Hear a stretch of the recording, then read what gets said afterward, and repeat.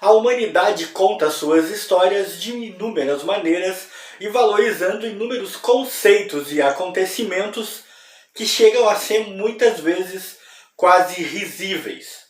Ao longo da nossa evolução histórica, nós valorizamos não só pessoas que participaram de momentos importantes, como também simplesmente lugares ou objetos. E é mais especificamente sobre os objetos que eu quero voltar a atenção agora.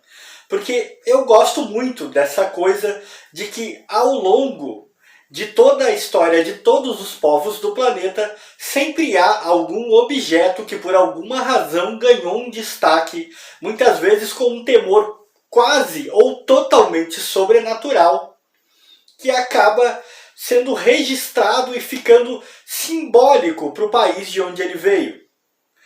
Mais especificamente, a gente vai falar de uma espada nesse vídeo. Quando a gente fala em espadas famosas, eu acho que a maioria das pessoas sempre pensa na Excalibur, a lendária espada do rei Arthur. Mas não é sobre ela que a gente vai falar, embora ela também dê um ótimo vídeo. A gente vai falar sobre um objeto, uma espada um pouco menos conhecida, mas com uma história, eu diria, não menos curiosa. Vocês vão conhecer hoje a Grosseia Mors, a Morte Amarela.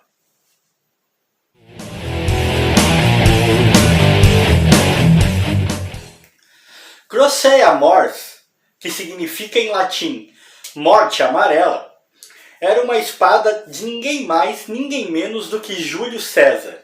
Um dos mais famosos, provavelmente o mais famoso governante, o mais famoso imperador de Roma. Falava-se muitas coisas dessa espada. Ela realmente se tornou icônica, realmente se tornou lendária. É claro, é lógico que é totalmente discutível a veracidade de tantas histórias e tantas lendas que surgiram em torno da espada. O que não parece ser discutível é que realmente existiu a espada. É que César realmente teve uma espada que ele chamava assim, Grosseia Mors. Naquela época, realmente era bastante comum os objetos, as armas dos guerreiros terem nomes. Era uma coisa meio particular de cada um. Os guerreiros, os soldados costumavam ter essa relação com suas armas e muitas vezes eles davam nomes a ela.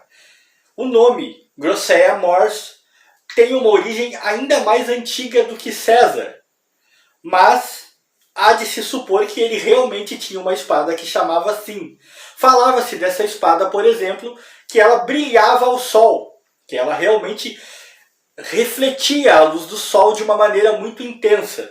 E principalmente dizia-se dela que ela era capaz de matar uma pessoa com o menor ferimento. Falava-se que bastava ela ferir uma pessoa, mesmo que fosse um corte até bastante superficial, e essa pessoa iria morrer. Sobre a Grosseia Mors, falava-se que ela tinha sido dada de presente ao César pelo deus ferreiro Vulcano, que nada mais nada menos que esse deus teria presenteado César com ela. No entanto, Vulcano teria meio que repassado a espada de segunda mão para César, pois a história que tinha a respeito comentava que originalmente ela pertencia a outro personagem importante, Enéas, o príncipe troiano. E Enéas, por sua vez, teria recebido essa espada da sua mãe, a deusa Vênus. Aliás, como particularidade interessante dessa história toda de deuses presenteando mortais com a mesma espada, fala-se que a espada simplesmente foi jogada do céu e caiu exatamente aonde seria fundada a cidade de Roma. E então Enéas ouviu em sua mente as palavras: "Com isso, conquiste".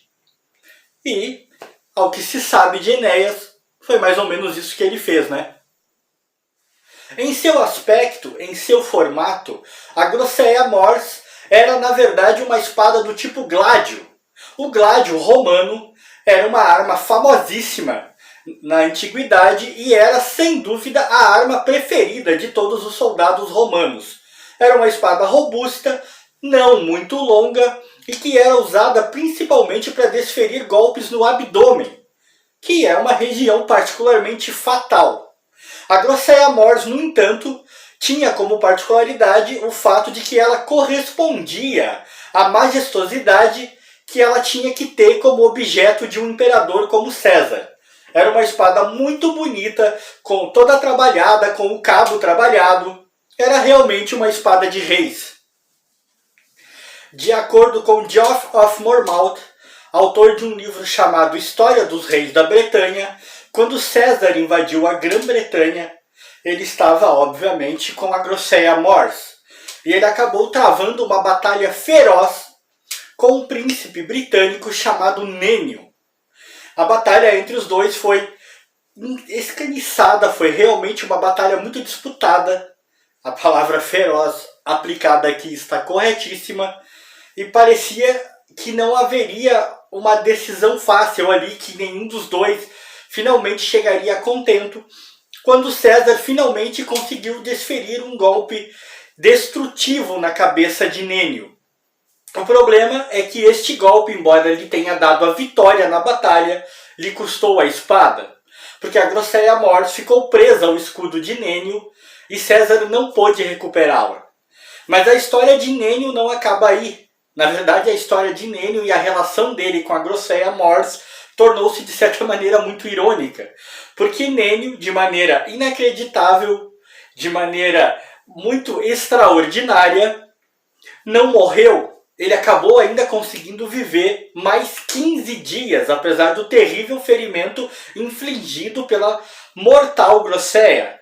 E durante este período, esses 15 dias, ele acabou matando muitos romanos. E ele usou a Grosseia mors para matar esses romanos.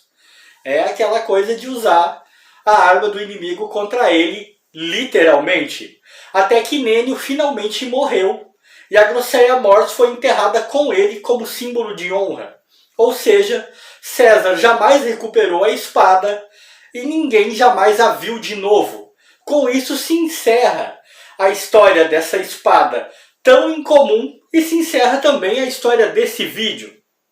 Se você chegou até aqui e gostou, dá aquele like pra gente. Compartilhe o vídeo para ajudar o canal. Se ainda não é inscrito, está chegando por aqui agora, se inscreva, ative o sininho, nos acompanhe. Temos vídeos todas as quartas e sábados. Para aqueles que sempre me acompanham, aquele abraço. Fui!